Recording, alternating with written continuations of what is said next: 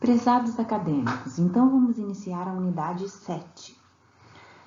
A NR10, como já comentado, estabelece as condições mínimas de trabalho aos profissionais que lidam com instalações elétricas e serviços elétricos de alta tensão. Abrange qualquer trabalho dessa natureza em todas as partes de um projeto, construção, montagem, operação, manutenção de instalações elétricas e outros trabalhos relacionados. A NR10 assume intervenções como medidas preventivas para controlar riscos elétricos, utilizando medidas de análise de risco para garantir a saúde e segurança do trabalhador.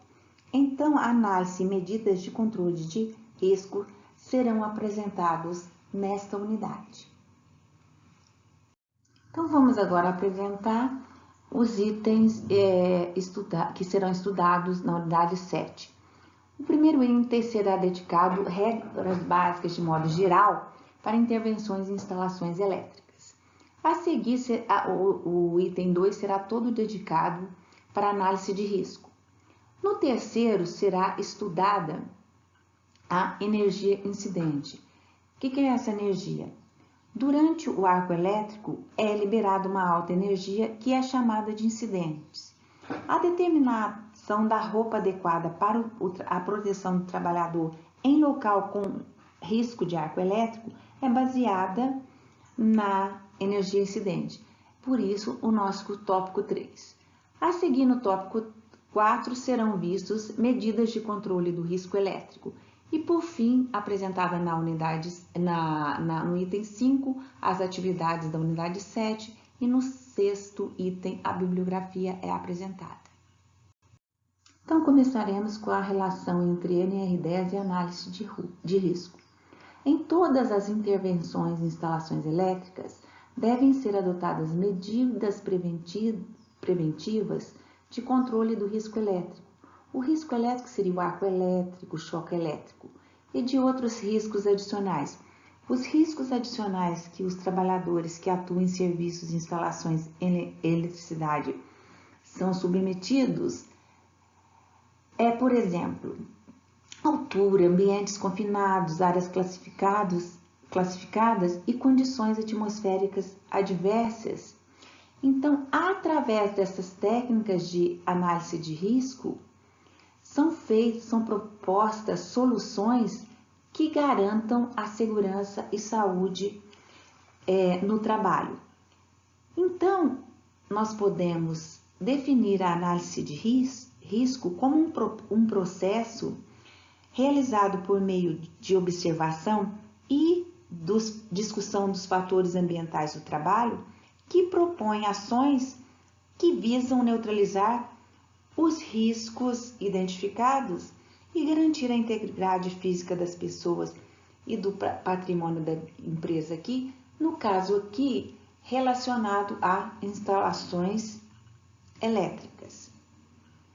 Então, o objetivo da análise de risco é identificar e antecipar os possíveis riscos oriundos que são gerados pelas atividades e propor a melhor solução para que o trabalho seja realizado com a melhor segurança possível. Então, análise de risco. O que pode ocorrer de errado? Quais são as causas básicas dos eventos indesejados? Quais são as frequências de ocorrência dos acidentes? Quais são as consequências? Os riscos são toleráveis? Ou seja, as empresas estão preparadas para o caso de acontecer, no caso aqui, os acidentes elétricos. Então, vamos ver agora as regras para análise de risco em instalações elétricas. Então, vamos ver a primeira.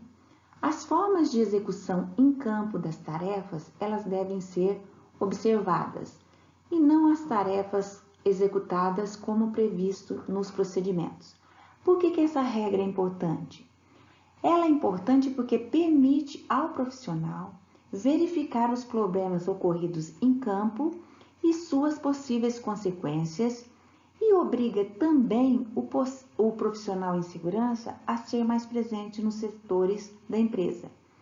Conceitualmente, a análise de risco ela é bem simples, por ser baseada o quê? Na observação. A segunda, a análise de risco não deve ser padronizada para o mesmo perigo. Por que a análise de risco ela não deve ser padronizada para o mesmo perigo? Porque depende das características dos locais na análise de risco, levando em consideração cada profissional e a situação no momento da execução da tarefa. Então, nesses dois casos aqui, a gente tem o quê? A mesma execução da tarefa, mas as condições são totalmente diferentes. Por quê? Altura.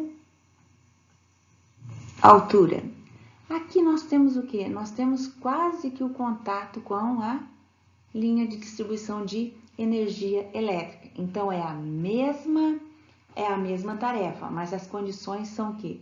Diferentes. Outro aspecto que deve ser analisado é o fato que a análise de risco não deve ser elaborada por apenas um profissional. Por que não é conveniente? Porque cada profissional ele tem uma percepção do risco diferente. Então, a participação de mais pessoas enriquece a análise de risco. Existem várias metodologias para a elaboração da análise de risco. Então, cabe muitas vezes ao Departamento de Segurança do Trabalho escolher ou desenvolver análise de risco adequada às características e necessidades da empresa. A metodologia proposta nessa unidade será dividida em etapas e poderá ser aplicada em outras tarefas que não envolvem a eletricidade. Então, as etapas para análise de risco. A primeira é a identificação das etapas. Depois, é a determinação de parâmetros que já foram definidos na disciplina em outra unidade, que seria a determinação do grau máximo de perda ou lesão, a determinação da probabilidade de ocorrência do acidente, a determinação da frequência de exposição das pessoas frente ao perigo, a determinação do número de pessoas expostas ao risco e, por fim, a determinação do nível de risco. Aqui é apresentada uma sugestão de planilha para análise de risco. Então, seriam os passos, a descrição dos passos, os perigos, potencial de danos, os controles disponibilizados, a classificação do risco dado pelo NR e a ação que deverá ser tomada. Então, para a aplicação da metodologia, inicialmente nós vamos definir cada um dos parâmetros. O primeiro seria o grau máximo de perda ou lesão, o GPL. Então, aqui está o índice do GPL. Então, aqui tem a consequência e o valor do GPL. Por exemplo, no caso de morte, ele é 15. Um arranhão, um pequeno hematoma, ele é 0,1. Agora, a probabilidade de ocorrência, ou seja, a probabilidade de exposição ao risco, ou o índice PO, ele pode ser improvável, provável e com certeza. Então, nós temos aqui cada um dos valores de PO em função das condições. Então, agora a frequência de exposição. Então, aqui é dado o período de exposição ao risco e os seus valores correspondentes de FE. Agora, o índice NP, que depende da quantidade de pessoas expostas ao risco. Aqui, no caso, varia de 1 a 2 até mais de 50 pessoas. De 1 a 2, o NP igual a 1, mais de 50 pessoas, o NP igual a 12. E, finalmente, a determinação do grau de risco. Então, a gente verifica que o grau de risco, ele depende do grau máximo de perda ou lesão, da frequência de exposição, da probabilidade de ocorrência e de número de pessoas envolvidas. Então, nós temos o valor do NR, a classificação e a recomendação para resolver o problema. Então, de 0 a 1, a classificação é aceitável, o risco é aceitável. Então, não é determinado um tempo para correção do problema. Maior que 500, então ele tem que ser feito imediatamente. Então, no caso, tem que cessar aquela operação. Então, aqui nós vamos apresentar um exemplo de aplicação da análise de risco em sistemas elétricos. Aqui vai ser a elaboração da análise de risco para a desenergização de uma cabine elétrica de 13.8. A cabine elétrica, aqui no caso a cabine primária, é a entrada de energia ligado aqui no caso ao sistema de distribuição de média tensão por causa da faixa de tensão, que é o 13.8. Então, seria média tensão. Então, na metodologia aprovada, a primeira providência é fazer a relação das etapas e verificar os perigos para análise de risco. Então, no caso aqui, nós temos o que? 5 passos, 5 etapas. A primeira, desligamento de todas as cargas e desligamento do disjuntor geral de média tensão. Então, isso aqui é tudo interno à instalação. Desligamento de cargas e desligamento do disjuntor. Então, cessa energia internamente na instalação. Agora, o que nós temos de perigo? Choque elétrico e arco elétrico. O potencial de danos é a morte. Controles que podem ser disponibilizados: luva e calçado isolante, a vestimenta especial, óculos de proteção. Seccionamento agora da chave no ponto de entrega da concessionária. Então, já é externo. Então, o perigo seria o quê? O choque elétrico também e o arco elétrico. O potencial de dano seria a morte. Agora, os controles. O que vai precisar? O que é fornecido? A vara de manobra. A vara de manobra, elas são utilizadas para abertura e fechamento de chaves. Luva e calçado isolante, vestimenta especial, óculos de proteção, tapetes isolantes. A terceira etapa é confirmar a ausência de tensão. Então, além de desligar, você tem que confirmar que não tem tensão na sua instalação. Isso é feito por meio de detectores de tensão. Detectores de tensão já foi mencionada na disciplina quando se falou do ferramental dos eletricistas. O perigo também é choque elétrico, arco elétrico, o potencial de dano, o problema, o perigo é a morte. Aqui seria o quê? Luva e calçado isolante, vestimenta especial e como a gente vai ter que verificar a ausência de tensão, há a necessidade do detector de tensão. Aqui é classe 15 kV porque a nossa tensão de alimentação é de 13.8. Instalação do aterramento temporário conforme procedimento próprio. Anteriormente foi falado que pode ser montado um aterramento só para a execução de uma tarefa, e esse aterramento ele é temporário porque após cessar a tarefa, findada a tarefa, você retira esse aterramento temporário. Qual que é o perigo? A queda. Potencial de dano, umas pequenas lesões. Os controles ou os equipamentos disponibilizados. Aí seria o calçado isolante, a vestimenta especial, o óculos de proteção. E por fim a sinalização. Perigo também seria apenas uma queda. Pequenas lesões. Qual os controles disponibilizados? Calçado, vestimenta e óculos de proteção. Então agora serão definidos os índices que serão usados para o cálculo do grau de risco. O primeiro, então, aqui é a anotação do grau máximo de perda ou lesão. Há um lembrete aqui. O potencial de danos deve ser sempre escolhido o pior dano possível de acontecer. Então, nas 3 etapas a gente já tinha definido a descrição das operações, os perigos e o potencial de danos que seria a morte. Então, na tabela indicada do GPL, é definido o GPL como 15. Agora, as outras 2 tarefas, que seria a instalação do aterramento e a sinalização, o potencial de danos são pequenas lesões, então GPL igual a 0,1. Agora, a probabilidade de ocorrência.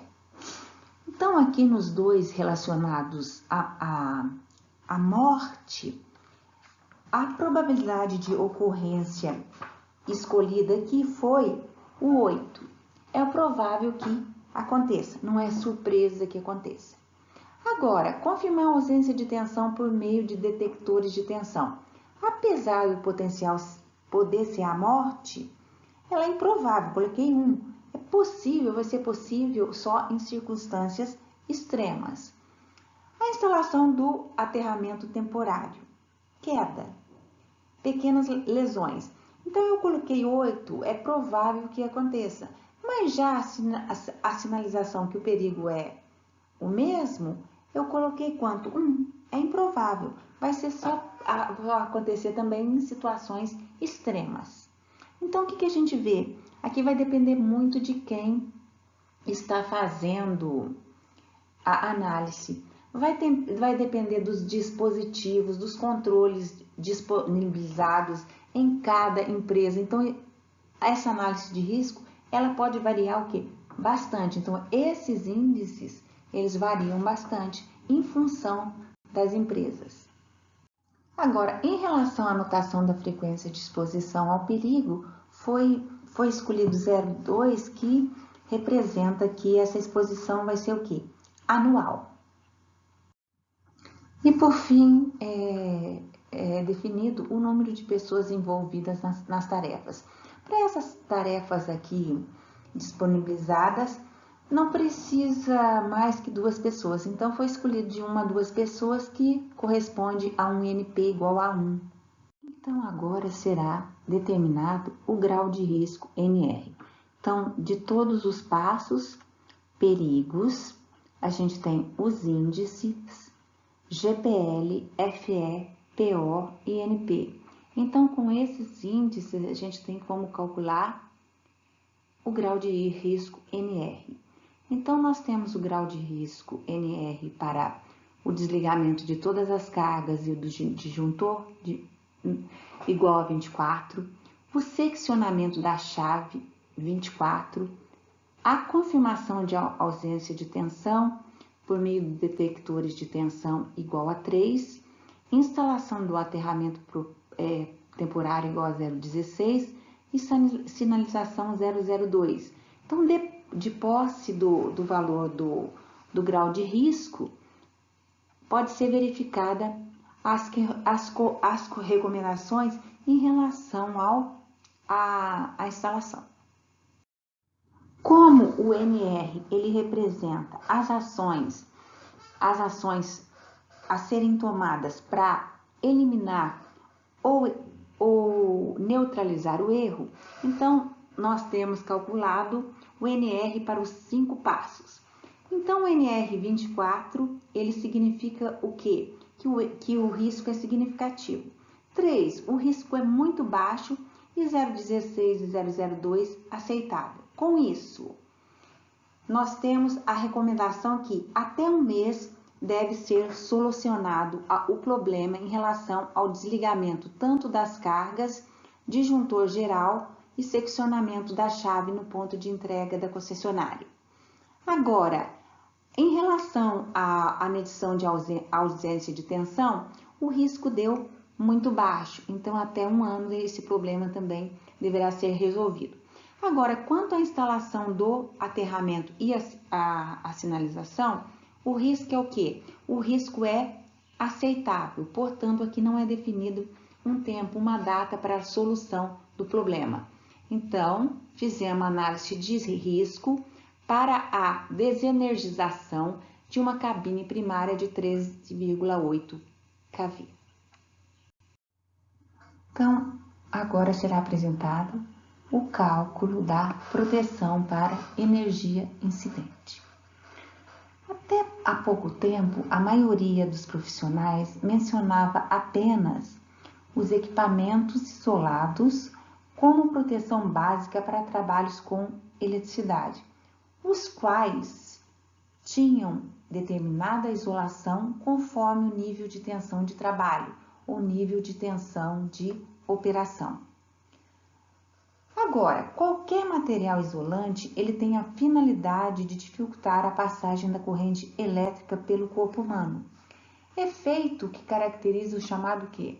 Choque elétrico. Portanto, pode-se concluir que os equipamentos adotados, eles tinham como finalidade básica a proteção contra o choque elétrico. Quais que seriam esses equipamentos de proteção? Aí seria o capacete, o sapato isolante, a luva isolante, o ferramental e os tapetes.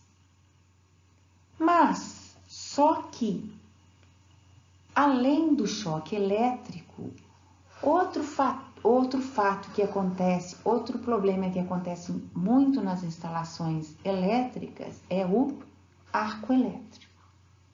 Então, a NR10, além do choque elétrico, ela estabelece que o trabalhador, o profissional da área elétrica, ele deve ser protegido, pois é exposto ao risco de um arco elétrico. Então, por causa disso, existe a obrigatoriedade da utilização do equipamento de proteção individual. Agora, durante o arco elétrico, é liberada uma alta energia que é chamada de quê? De energia incidente. Por causa dessa energia, o arco ele atinge altas temperaturas, o que ocasiona queimaduras graves. Então, por isso, a NR10 estabelece a necessidade de uma vestimenta especial para proteger o profissional contra as queimaduras. E esta vestimenta especial, ela deve ter características de não inflamabilidade, ou seja, o fogo extingue-se rapidamente do tecido. Essas vestimentas, elas devem ser especificadas por um profissional habilitado na área de elétrica, porque cálculos específicos são exigidos para determinar com precisão o nível adequado para a vestimenta. Para a especificação, deve ser realizado o cálculo do ATPV. ATPV seria um valor de desempenho perante o arco elétrico ou arco térmico. Existem várias metodologias para o cálculo do ATPV, mas nessa disciplina será abordado o cálculo simplificado baseado na NFPA 70E. O método simplificado do cálculo do ATPV é baseado em valores tabelados de ATPV em função do nível de tensão da instalação, seja 127, 220, 380, 440 volts. Essas tabelas, elas determinam o risco mínimo para uma determinada tensão. Cabe destacar que, quanto maior a complexidade do sistema, mais variáveis devem ser observadas. Por exemplo, corrente de curto-circuito, distância de trabalho, tempo de duração do arco elétrico, se o sistema é aterrado ou não, entre outras. Então, nesse caso, recomenda-se o estudo completo do ATPV e não usar o cálculo simplificado. As normas de segurança, tanto a NR10 quanto a NFPA 70E, são aplicadas aos trabalhos com eletricidade, e por isso fixam os requisitos e as condições mínimas de proteção. Para quê? Para elaborar medidas de controle e sistemas de preventivos para garantir o quê? A segurança dos trabalhadores que interagem com a eletricidade. Fica evidente que os profissionais das áreas de elétricas e segurança do trabalho podem acrescentar outras metodologias ou procedimentos para aumentar o nível de segurança por intermédio das análises de risco da tarefa.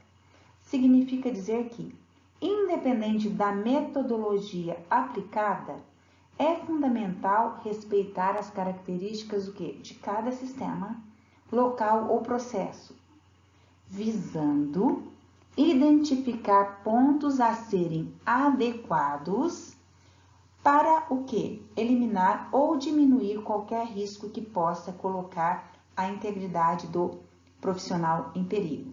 Então, é usar o cálculo simplificado ou o cálculo completo. Tudo vai depender das condições da unidade do sistema. Agora, voltando ao nosso cálculo simplificado. O valor do ATPV, então, é para quê? Para especificação, por exemplo, das vestimentas, que tem por finalidade definir parâmetros para a classificação dos equipamentos de proteção individual e ou coletiva que visam mitigar os efeitos térmicos perigosos do arco elétrico. Então, para uma correta especificação do equipamento de proteção, deve-se levar em conta a energia emitida em direção ao trabalhador. Então, seria a energia que é liberada durante o arco elétrico, através do cálculo do ATPV, que define a energia incidente pelo arco elétrico por unidade diária, seria calorias por centímetro ao quadrado. Então, o ATPV é a quantidade de calor que o tecido suporta sem que haja danos graves ao usuário da vestimenta. Então, queimadura de 2º grau ou calor transferido ao corpo maior que 1,2 caloria por centímetro quadrado. Então, a seguir serão apresentados os valores tabelados de ATPV em função dos níveis de tensão. Agora serão apresentadas as tabelas para a determinação do ATPV em função do nível de tensão. Então, a primeira tabela que nós temos aqui é em relação à tensão 127 do 220. Então, daqui dá o valor de ATPV e as condições de uso de luvas isolantes e uso de ferramentas isoladas. Então, no caso aqui, por exemplo, vamos pegar trabalhos próximos de partes energizadas, inclusive testes de tensão. Então, o ATPV é 1, o uso de luvas isolantes é obrigatório e o uso de ferramentas isoladas também. Então, é a primeira classificação em relação ao nível de tensão. Agora, vamos pegar com o nível de tensão de 380 volts, 440 volts. Então, a mesma etapa, trabalhos próximos de partes energizadas, incluindo testes de tensão. Aí o ATPV já é 2 e também a necessidade do uso de luvas isolantes e de ferramentas isoladas. Agora pegando painéis com nível de tensão acima de 1000 volts, a mesma condição. Trabalhos próximos de partes energizadas, incluindo testes de tensão. Aí já o ATPV é quanto? 4. O uso de luvas isolantes e o uso de ferramentas isoladas também são obrigatórios. Uma consideração que deve ser feita para as categorias de risco 2 e 3, deve-se usar, além da vestimenta, luvas isolantes e ferramentas isoladas, deve-se utilizar protetor facial, Deve-se utilizar a balaclava, que é uma touca que cobre tanto a cabeça como o pescoço, óculos de proteção e protetor auricular. Já para a categoria de risco 4, além dos equipamentos citados, deve-se utilizar o capuz do tipo carrasco. Então, aqui são os equipamentos adicionais de proteção para as categorias 2, 3 e 4 do ATPV. Então, aqui as categorias 2 e 3, além das mencionadas anteriormente nas tabelas do ATPV, então nós temos o protetor facial, a balaclava, os óculos de proteção e o protetor auricular. E para a TPV4, né, além desses equipamentos, deve ser usado o capuz do tipo carrasco. Agora, calculado o valor do ATP e como a especificação da vestimenta ela é baseada no ATPV, então basta informar o nível ao fornecedor da vestimenta. Atualmente no mercado, o nível de ATPV sofre variações entre os produtos dos diversos fabricantes. Então aqui a gente pode dar um exemplo, eu tenho o fabricante A e B. Então ATPV de 2 calorias por centímetro ao quadrado, do primeiro é 8,2, para o segundo é 8,7. Agora, você tem tipos de tecido também, tem algodão tratado e fibra natural. Algodão tratado é 30% mais barato, mas ele é mais pesado e a durabilidade é menor. Já a fibra natural, a durabilidade é maior, ele é mais leve e o custo é mais alto. E a cor do tecido? Pode ser bege, azul marinho, laranja. O modelo pode ser conjunto, calça, camisa, macacão, como apresentado aqui. Então, calça, camisa, macacão, uma calça e uma camisa. Então, está especificada a vestimenta que protegerá contra o arco elétrico. Então, nesse item serão discutidas as medidas de controle do risco elétrico. Então, para neutralizar o quê? Os principais riscos elétricos que nós já vimos que nas instalações elétricas existe o risco do choque, o risco do arco elétrico e os riscos adicionais. Então, para o controle dos riscos elétricos, o que pode ser usado? A desenergização, o aterramento, a equipotencialização, o seccionamento automático, os dispositivos de corrente de fuga, a tensão de segurança, as barreiras e invólucros, os obstáculos, isolamento de partes vivas, isolação dupla, bloqueio de religamento automático, que serão discutidos a seguir. Então, para eliminar completamente o risco de arco elétrico e choque elétrico em uma instalação, deve-se garantir que o sistema esteja desenergizado conforme procedimento de desenergização especificado. Então, desenergização não é o simples desligamento do sistema, mas o corte da energia na instalação, o que a torna mais segura. Então, tá eliminando o risco de choque elétrico e arco elétrico.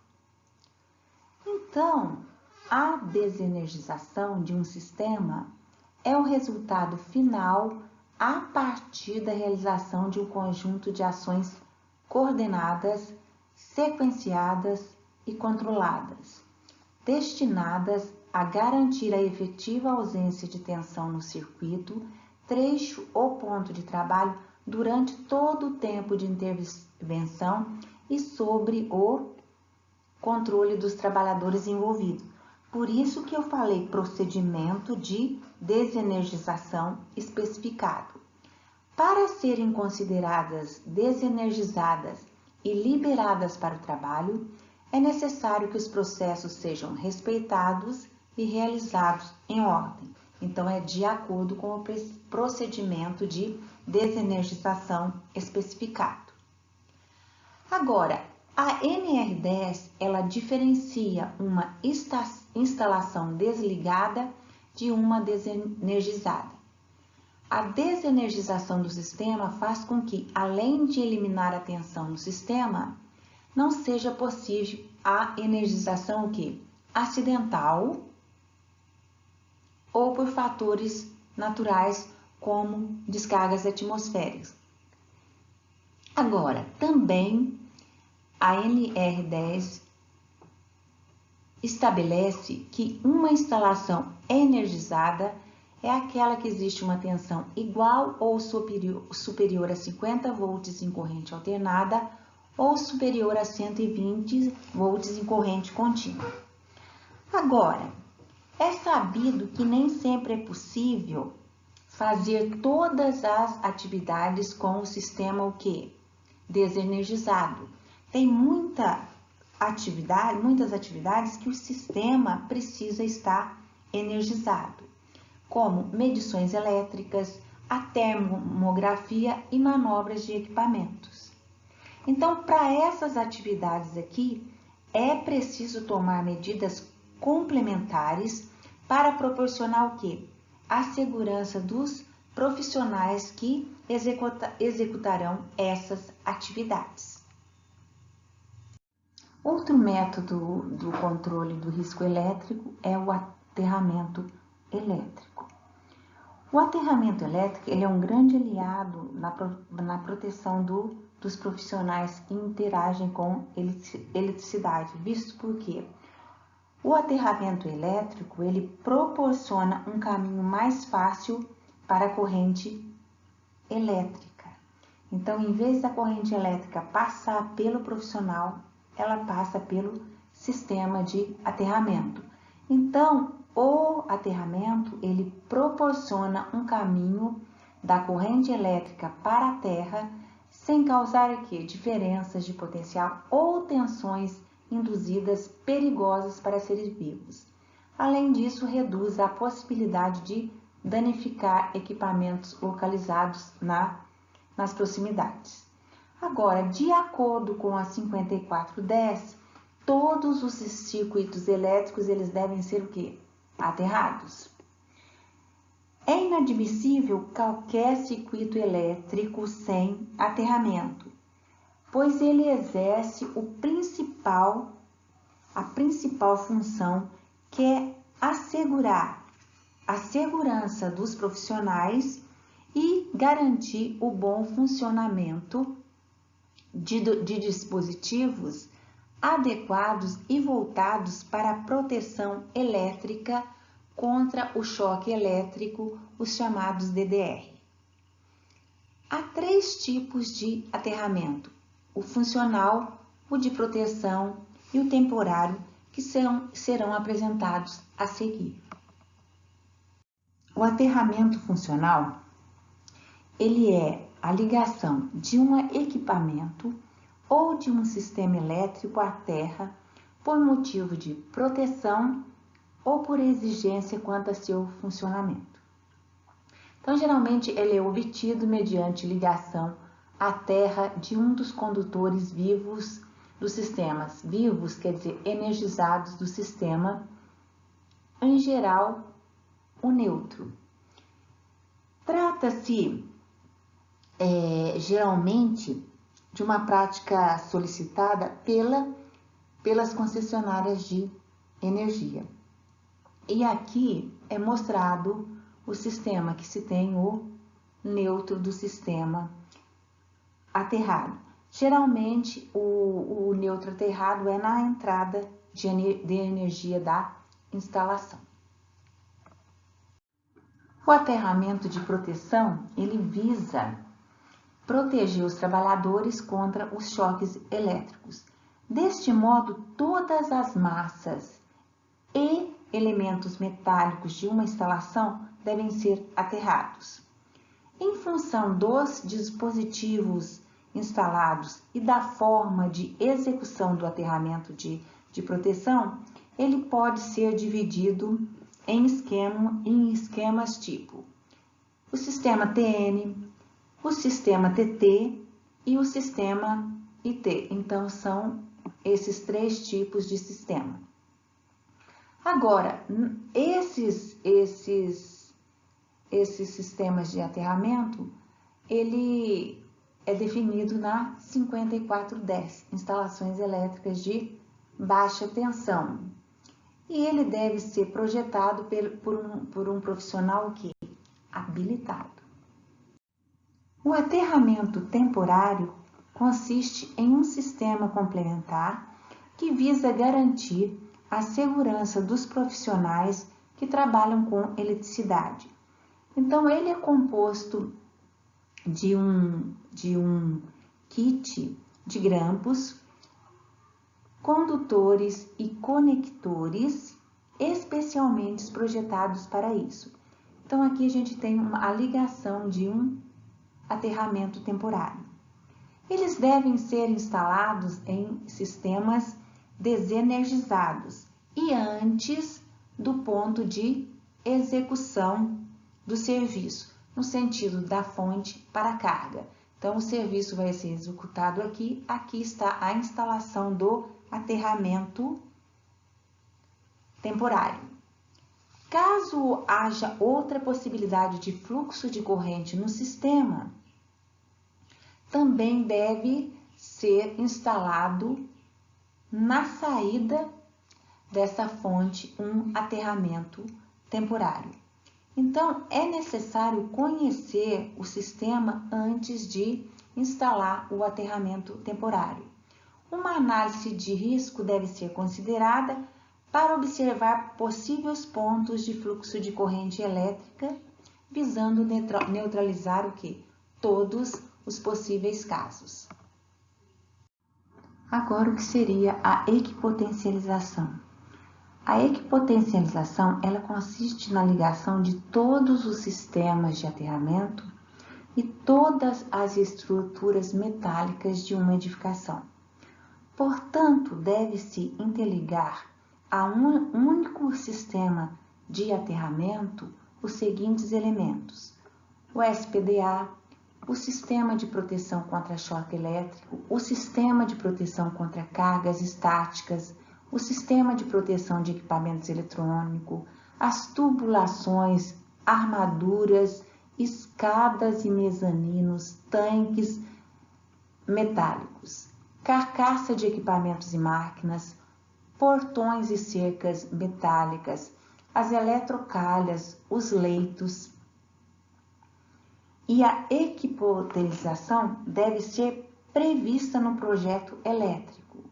Agora, segundo a 5410, os elementos excluídos da equipotencialização seriam suportes metálicos de isoladores de linhas aéreas fixados à edificação que não seria definido pela 5410. Postes de concreto cuja armadura não seja acessível e massa de reduzida dimensão. Massa é tudo que possa passar a ser condutivo dentro de uma instalação elétrica. Então, a equipotencialização é a interligação de todos os sistemas de aterramento e todas as estruturas metálicas da instalação. Os dispositivos de corrente de fuga, ou os DDR, dispositivo diferencial residual, eles têm como função proteger as pessoas contra faltas à terra, impedindo que essas pessoas sofram um choque elétrico. A corrente diferencial residual, ela percorre os condutores energizados de um determinado circuito ou instalação, e como não existe isolação perfeita, sempre existirá uma corrente de fuga. O dispositivo DR, então, monitora essa corrente e, caso ofereça risco para as pessoas, secciona a alimentação. Então, ela abre o circuito. A norma 5410, ela estabelece que as pessoas devem ser protegidas contra choques elétricos, sejam eles provocados por contato acidental com parte energizada ou provocados por falhas que possam colocar, por exemplo, uma massa acidentalmente sobre tensão. Então, uma massa que é um componente metálico da instalação. Para obter proteção contra choque elétrico, deve-se utilizar um DDR de no máximo 30 mA. E a norma como advertência, no item 65.4.10 NBR 5410, nunca desative ou remova a chave automática de proteção contra choques elétricos. Então, é o DDR. Mesmo em caso de desligamento sem causa aparente. Se os desligamentos forem frequentes e principalmente se as tentativas de religar a chave não tiverem êxito, isso significa muito provavelmente que a instalações têm o quê? Problemas internos, que só podem ser identificados e corrigidos por quem? Por profissionais qualificados. A desativação ou remoção de um DDR significa a eliminação de uma medida protetora contra choques elétricos e risco de vida para os usuários da instalação. Outra medida de controle de risco elétrico são as barreiras e os invólucros. O que eles são? Nada mais é que elementos que impedem o contato com as partes energizadas do sistema. Então, vamos supor esse motor aqui, a carcaça desse motor. A carcaça desse motor, o que ela está aqui? Além de sustentar, é proteger as partes onde circula corrente elétrica, onde? No interior do motor. Então, as partes energizadas não estão o quê? Expostas. Então, esse motor aqui tem um índice de proteção que é determinado por dois algarismos. Então, seria o IP. O primeiro algarismo mostra o grau de proteção contra sólidos. E o segundo algarismo, o grau de proteção contra a penetração de líquidos.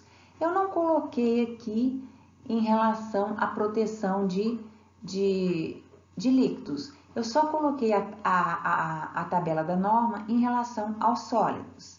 Mas tem uma outra tabela que apresenta o grau de proteção em relação a quê? A líquidos. Então, vamos supor que eu tenho um motor que tenha um IP, em primeiro algarismo eu tenho 5. Então, o que eu estou garantindo? Proteção contra poeiras e proteção das pessoas contra o quê? Acesso com fio. Agora, vamos supor que o segundo fosse 5 também. Aí a gente vê na norma que é proteção contra jato de água de baixa pressão de qualquer direção. Agora, então, se a gente tem IP55, o que a gente pode dizer? O equipamento é protegido contra poeira, acesso com fio e contra jatos d'água. Além disso, é possível adicionar letras que completam as especificações, como será visto a seguir. Então, agora vamos apresentar, a letra adicional e a letra suplementar do IP. Então, a letra adicional, que é opcional, ela indica a proteção das pessoas contra acesso às partes perigosas. Então, é A, B, C e D. Então, tem proteção contra acesso com o dorso da mão, com o dedo, acesso com ferramenta, acesso com fio. O que acontece? Elas devem ser utilizadas quando a proteção efetiva contra contatos com partes perigosas, primeiro algarismo mostrado anteriormente, é superior à indicada pelo primeiro algarismo. A letra suplementar é a mesma coisa, então tem o A, B, C, D, as mesmas proteções. Então, também devem ser utilizadas quando a proteção efetiva contra contatos com partes perigosas é superior à indicada por quem? Pelo primeiro algarismo, como mostrado anteriormente. Outro Outro exemplo de medidas de controle de risco elétrico são os obstáculos. Os obstáculos, eles são elementos que são utilizados para impedir o contato involuntário com as partes vivas de uma instalação ou de um circuito. Eles podem ser removidos sem o auxílio de ferramentas ou chaves, no entanto, eles devem suportar a remoção involuntária. Quem estabelece essas distâncias mínimas é a 5410. Então, aqui ela sugere apenas um dos lados da passagem apresenta partes energizadas não protegidas. É um caso muito comum nas subestações elétricas abrigadas. Então, a largura da passagem entre as paredes e as partes energizadas deve ser no mínimo 1000 milímetros. Outra medida de controle de risco elétrico seria o isolamento das partes energizadas e também a isolação dupla.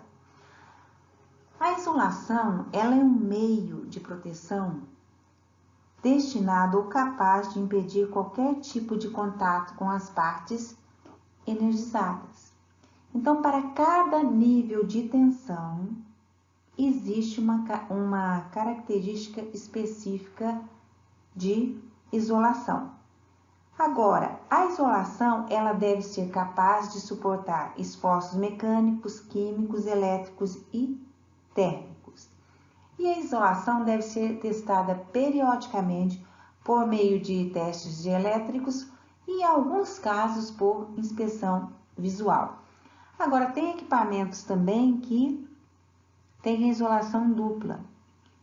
A isolação dupla, ela é provida de uma isolação básica e uma isolação suplementar. A norma 5410, ela distingue a isolação dupla em duas possibilidades.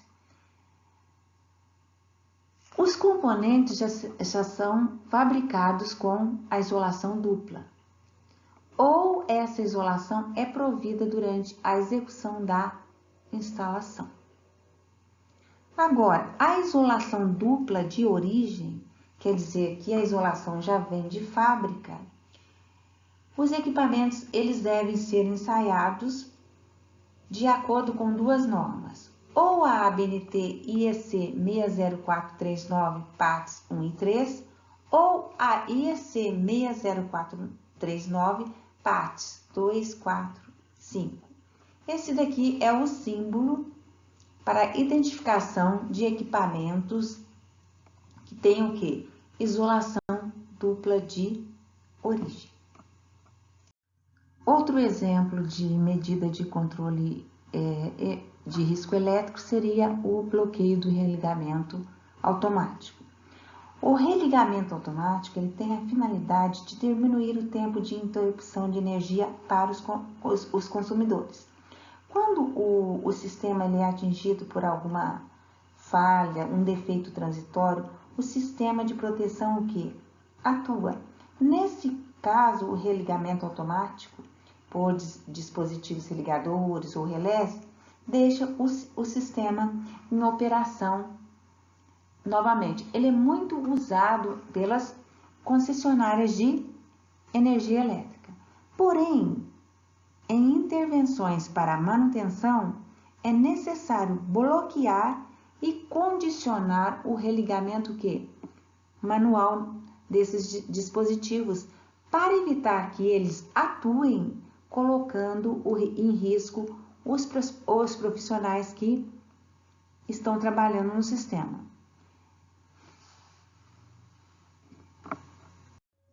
E por fim temos o seccionamento automático, ou seja, os dispositivos de proteção devem abrir imediatamente a alimentação de um circuito sempre que tiver uma falha ou falta entre fase e massa e uma falta entre fase e terra.